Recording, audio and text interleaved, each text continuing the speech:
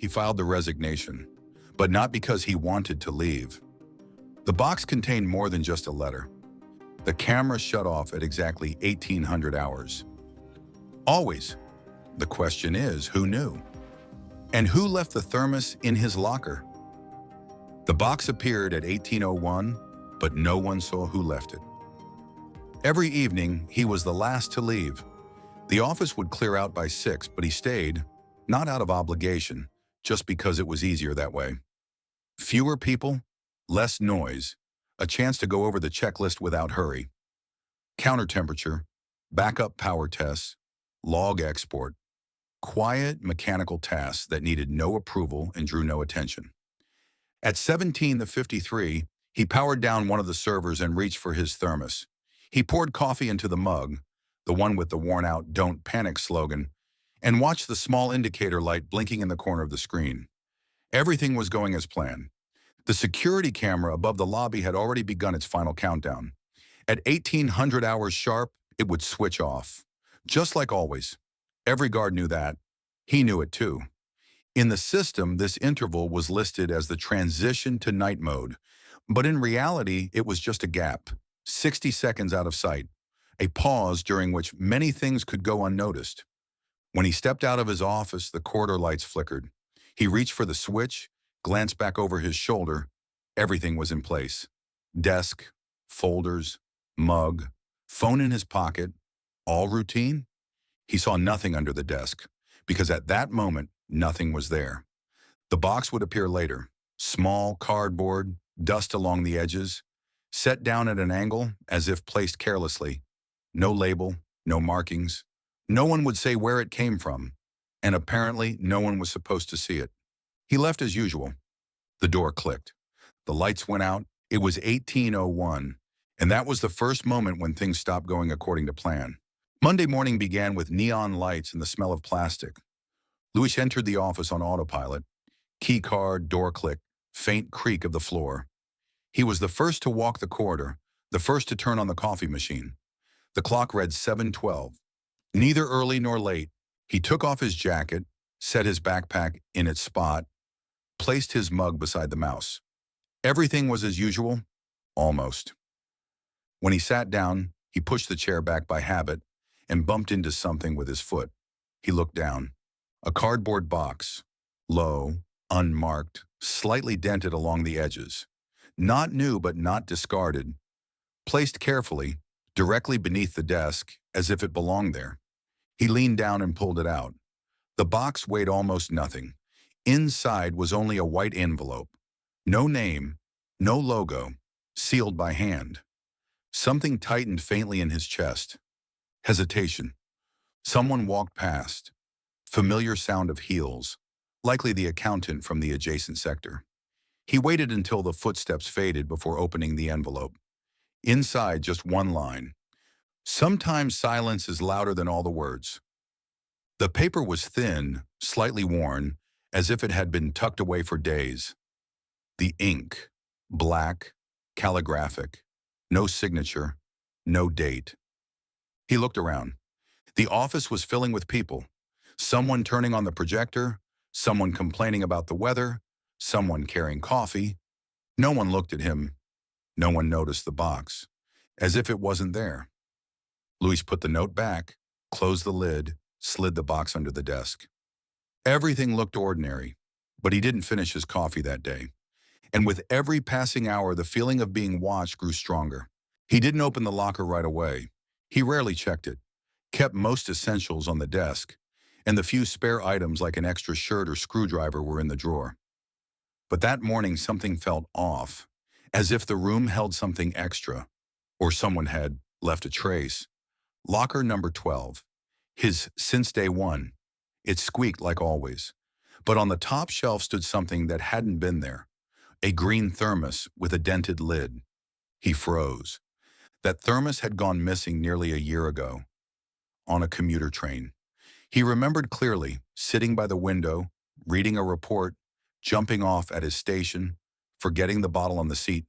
He'd even messaged the tech team chat, just in case. No one had found it. He slowly pulled it down. Dusty, slightly sticky at the base.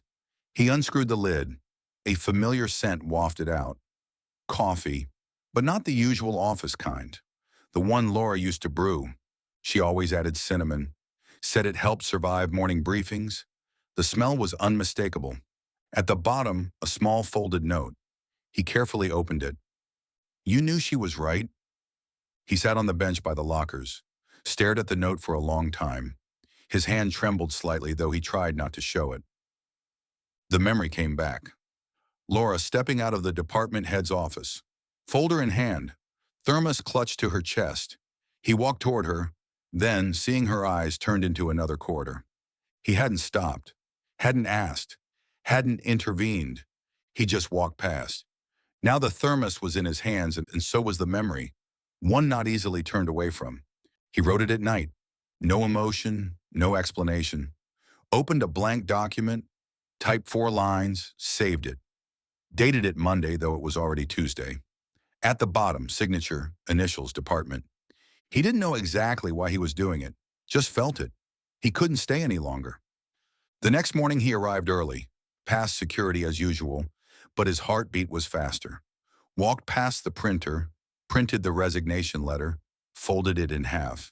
The paper felt warm, as if resisting. In reception sat Alina, the young assistant from HR. She looked up, saw the paper, frowned slightly. "Everything okay?" He nodded. "Burned out," he said, almost whispering. "Need to take a pause." She nodded after a beat. In her eyes was something more than routine. He left, walked the corridor. His legs moved on their own, as if it had already happened. His mind was quiet, but beneath it all buzzed. Fragments of memories, looks, words left unsaid. At home, he didn't turn on the lights. Sat by the window watching the street.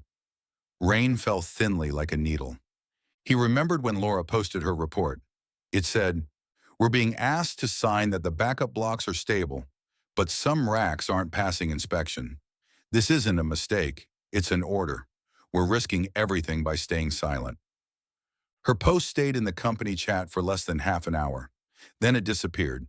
2 days later, so did she. Officially, resigned voluntarily. But someone whispered near the smoking area, flatly, almost without emotion. "Spoke too loudly. They don't keep people for that here." He had stayed silent then, like everyone else. He opened his laptop, logged into the corporate email, opened the drafts folder. Among unfinished reports was one draft.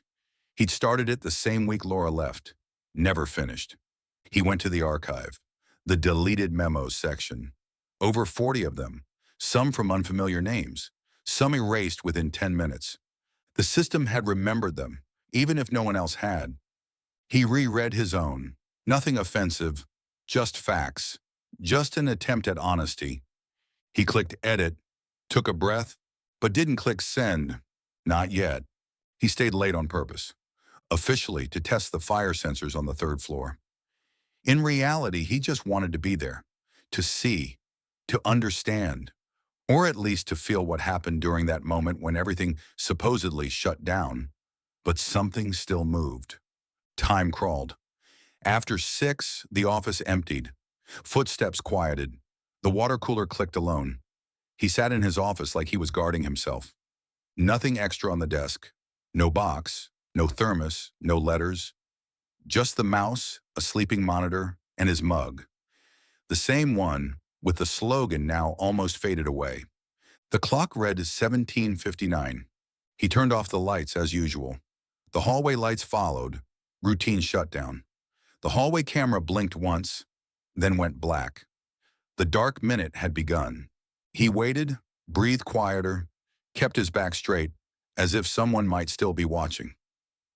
"Padinertumani," silence. Just the faint hum of the system under the desk.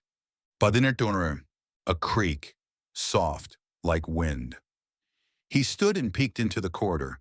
The girl from the archive, the one he'd hardly spoken to. Small gray cardigan, holding a plastic container with a green lid. She walked to his desk and placed it down. "From Laura," she said calmly. "She bakes now. Custom orders." He looked at her. She didn't look away. Instead, she nodded slightly as if acknowledging more than just the delivery.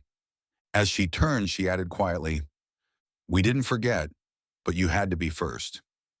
He didn't manage to say anything. She vanished as quietly as she came. He opened the container. Cookies, cinnamon, the same smell from the thermos. Under the napkins, something else. A small folded paper, initials, E.J. He didn't know who that was, but the handwriting was neat. The paper old. On the napkin above the cookies, a note. We're still here, just silent in different ways. He read the line twice, and for the first time in a week, something living welled in his eyes. He looked around. No one. The container remained on the desk. The camera, supposedly, still off. He slipped the note into his pocket and realized he didn't feel like going home tonight. He didn't think of it right away. The old server room camera, the one installed years ago for local monitoring during a system logging failure. Everything had gone offline back then, except that camera. It had recorded the chain of events that saved weeks of work. No one had taken it down. It wasn't connected to the main system. No one checked its schedule. It remained as a fallback. Luis himself had suggested it, then forgot. Now he came back to it. He returned in the evening, the day after the cookie container, made sure the building was empty, walked down the narrow hallway, opened the side door, the one that squeaked too loudly to go unnoticed. The server room was warm, as always. The light was faint, bluish. The camera hung in the corner, slightly crooked, but the lens pointed directly at the door. Beneath it, an old monitor. Black casing, power button on the side. He turned it on. The system stored the last 72 hours. He rewound to Friday. 1800 hours, the hallway camera switches off. 1801, nothing. 1802, he leaves the server room. 1805, a figure appears, no face, just a silhouette and a box in their hands. He paused the video. Fingers froze on the desk. He knew that walk, that way of holding things tucked close to the chest. He didn't want to believe it, but something inside already knew. He rewound further, a 6-month-old file, the day Laura was dismissed.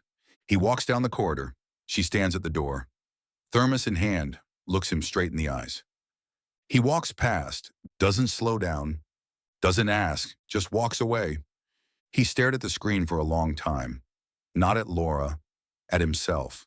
The back, the stride, the indifference, all too familiar and unbearable.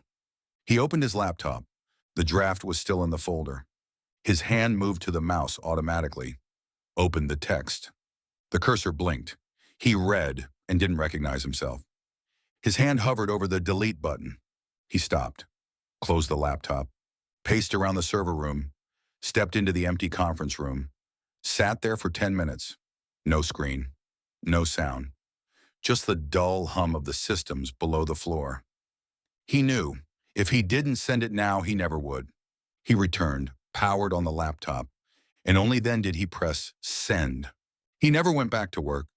The resignation was processed quickly without questions. He left the key card in an envelope with a short note. Thank you for everything, including the silence. No one replied. That didn't surprise him. A week passed. Then the first note appeared. On the door of his former office, a small piece of paper taped with a single strip. Ordinary sheet, black pen, one brief paragraph. Now you know what it feels like to walk past. It stayed for only a few hours before it was removed, but those who saw it remembered. A few days later, a second. Not on the door, but on the inner glass wall of a meeting room. I saw, back then and now. Nothing more appeared. The cookie container sat on the windowsill the next Monday, at 1801. Next to it, an empty napkin, as if someone had already taken the note, or maybe hadn't left one at all. The thermos was gone. No one stood at the door. No crowds, no mass confessions. Just silence, but a different kind now. As if the building was breathing, slowly, like someone whose lungs had just begun to work again. He didn't return. But in the internal message system, one more post appeared under his name, this time with no attachments, no introduction, no title. Only one sentence. We didn't know it was contagious, not until it was too late. The post wasn't deleted. The question isn't who did it. The question is who could no longer stay silent. That's what became the beginning.